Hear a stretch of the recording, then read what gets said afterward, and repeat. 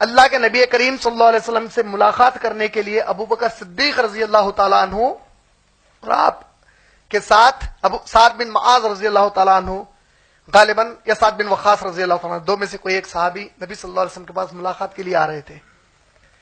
اچانک مسجد نبوی کے سامنے سے جب گزر رہے تھے، میں بتایا کہ بہت قریب ہے مسجد نبوی، انصار صحابہ پورے کے پورے انصار جمع ہیں اور رونے کی آواز آ رہی ہے اندر سے.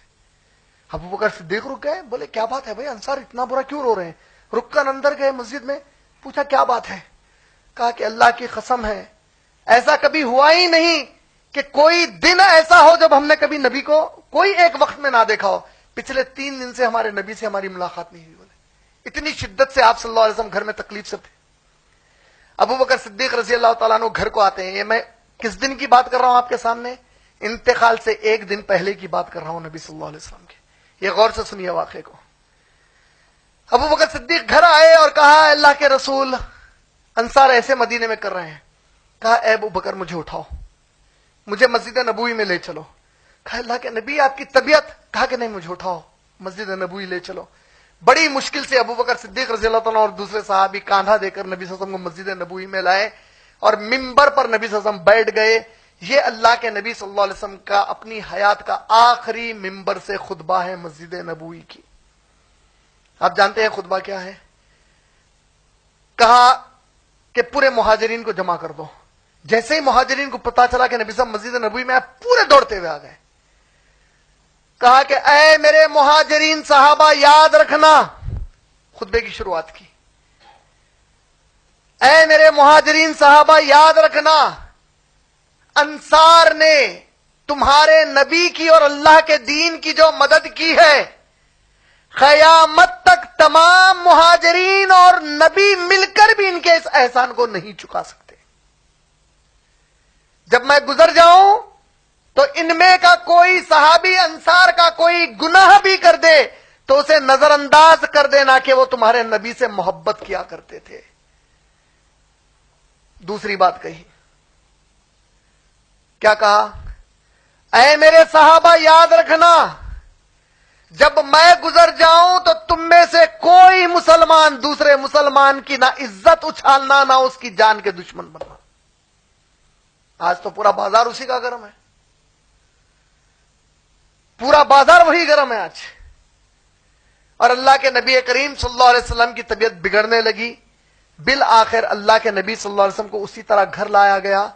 بہت شدت سے تکلیف بڑھ گئی. تیسرا دن آیا اور تیسرے دن ہماری ماں ام سلمہ رضی اللہ تعالی عنہا کہتی ہیں اللہ کی قسم ہے جس کے ہاتھ میں میری جان ہے، جس وقت نبی صلی اللہ علیہ وسلم اپنی آخری سانس لے رہے تھے ان گھڑیوں میں میں میرے نبی صلی اللہ علیہ وسلم کے ساتھ وہاں پر موجود تھی اور میں دیکھ رہی تھی کہ اللہ کے نبی صلی اللہ علیہ وسلم کی سانس پھولنے لگی ہے اور وہ نبی صلی اللہ علیہ وسلم اپنے بالکل آخری وقت میں بی بی عائشہ کا نام نہیں لیے، بی بی حفصہ کا نام نہیں لیے، کس کا؟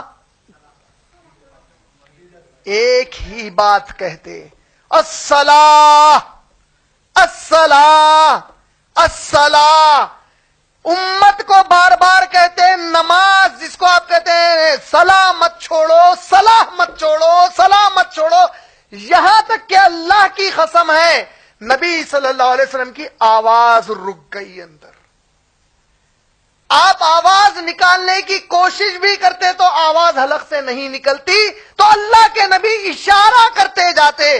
یہ نصیحت تھی آخری امت کو، نبی صلی اللہ علیہ وسلم کی نماز کا اشارہ کرتے جاتے اور اس حالت میں آپ صلی اللہ علیہ وسلم کی روح پرواز کر گئی. نماز کو آسان مت سمجھو، صلاح کو آسان مت سمجھو. دیکھیے یہ ہمارے نبی صلی اللہ علیہ وسلم کی سیرت کا سب سے اہم سب سے بڑا سبق ہے. آپ ایک نماز کے پابند ہو جاؤ، اس کے بعد آپ دیکھو. اور نماز کی نیت ہے نا، کئی کمبخت ہمارے لوگ نماز کو یہ دنیا کی کمائی کی خاطر پڑھتے ہیں. میں نماز پڑھ لیا تو اللہ تعالیٰ نوکری دلا دیتے، میں نماز پڑھ لیا تو اللہ تعالیٰ ارے دین کے لیے پڑھو کہ آپ کو اللہ اس دین کو قائم کرنا والا بنا دے.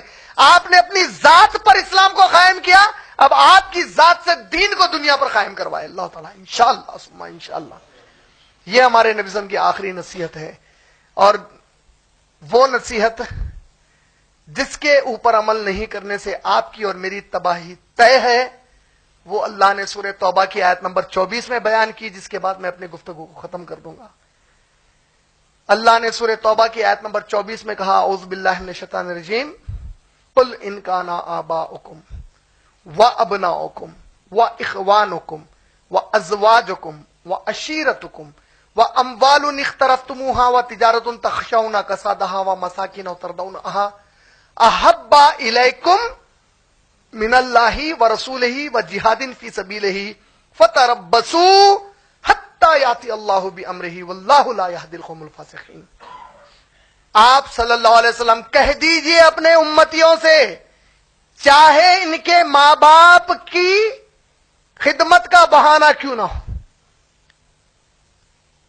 قل ان کان آباؤکم وابناؤکم، اولاد کی پرورش کا بہانہ کیوں نہ ہو، واخوانکم، بھائی بہنوں کی دیکھ بھال کا بہانہ کیوں نہ ہو، وازواجکم، شوہروں کے لیے بیویوں کی دیکھ بھال اور بیویوں کے لیے شوہروں کی دیکھ بھال کا بہانہ کیوں نہ ہو، وعشیرتکم، یا ان کے رشتہ داری کو نبھانے کا یا دوستی کو نبھانے کا بہانہ کیوں نہ ہو، واموال اقترفتموها، یا مال کو جمع کرنے کی جو محنت کرتے ہیں، جاب اور بزنس، اس کے وجہ سے ٹائم نہ نکالنے کا بہانہ کیوں نہ ہو، وَتِجَارَةٌ تَخْشَوْنَ كَسَادَهَا، یا یہ کہ جاب اور بزنس میں نقصان ہو جائے گا اگر دین کی خدمت کریں گے، یہ سوچ کا بہانہ کیوں نہ ہو، وَمَسَاكِنَ تَرْضَوْنَهَا، یا وہ گھروں میں رہنے کی محبت کا بہانہ کیوں نہ ہو، جو آپ ایک زمین خرید کر اس پہ ایک گھر کنسٹرکٹ کروانا چاہتے ہیں اور اس کے پیچھے لگے ہوئے ہیں، احب الیکم، اگر یہ لوگ ان 8 چیزوں سے محبت کرتے ہیں، احب الیکم من اللہ، اللہ سے بڑھ کر محبت کرتے ہیں، ورسولہ، اور اس کے رسول صلی اللہ علیہ وسلم سے بڑھ کر محبت کرتے ہیں، وجہاد فی سبیلہ، اور اللہ کے راستے میں جہاد کرنے سے بڑھ کر محبت کرتے ہیں، یعنی اللہ کے راستے میں اگر میدان جنگ میں جانا ہے تو اس میں جانے سے کوتاہی کرتے ہیں، اور اگر میدان جنگ نہیں ہے تو اس کی دعوت اور تبلیغ دوسروں کو دینے اور اللہ کے دین میں ان کو مسلمان بنا کر بلانے کی دعوت میں کوتاہی کرتے ہیں۔ فتربصوا، ان سے کہو کہ پھر یہ لوگ انتظار کریں۔ کس بات کا انتظار؟ حتی یاتی اللہ بامرہ، یہاں تک کہ اللہ اپنا عذاب ان کے اوپر مسلط کر دے۔ واللہ لا یہدی القوم الفاسقین، اللہ ہرگز جان بوجھ کر نافرمانی ہم کر رہے ہیں، ہم کو معلوم ہے اطاعت کرنا ہے اللہ اور رسول کی، نہیں کر رہے ہیں، اللہ ہرگز جان بوجھ کر نافرمانی کرنے والوں کو ہدایت نہیں دیتے۔ مطلب اب آپ جان بوجھ کے جب نافرمانی کر رہے ہیں تو اللہ تعالیٰ بول رہے ہیں اب میں ہدایت کا راستہ نہیں بتاتا تم کو۔ اور آپ کے اگر دماغ میں آئے کہ نہیں ہم اللہ کو، اللہ کے نبی سے اور اسلام سے بڑھ کے نہیں چاہتے، تو آپ کے سامنے پوری 4 دن کی سیرت میں جتنے صحابہ کے واقعات آئے، اللہ، نبی اور اسلام سے بڑھ کے نہیں چاہنے کا مطلب ان کی زندگیوں میں بتا دیا میں۔ آپ ویسا کر رہے ہیں یا نہیں کر رہے ہیں دیکھ لو، آپ کو وہ آیت کا معنی خود بخود سمجھ میں آ جاتا۔ اور اگر آپ ویسا نہیں کر رہے ہیں تو پھر اللہ کا وعدہ کبھی جھوٹا نہیں ہوتا، انتظار کرو، آپ کے لیے عذاب اللہ کا تیار ہے، جو اس دنیا میں بھی آپ کو ذلیل کرے گا، آخرت میں بھی آپ کو ذلیل کر دے گا۔ وآخر دعوانا الحمدللہ رب العالمین۔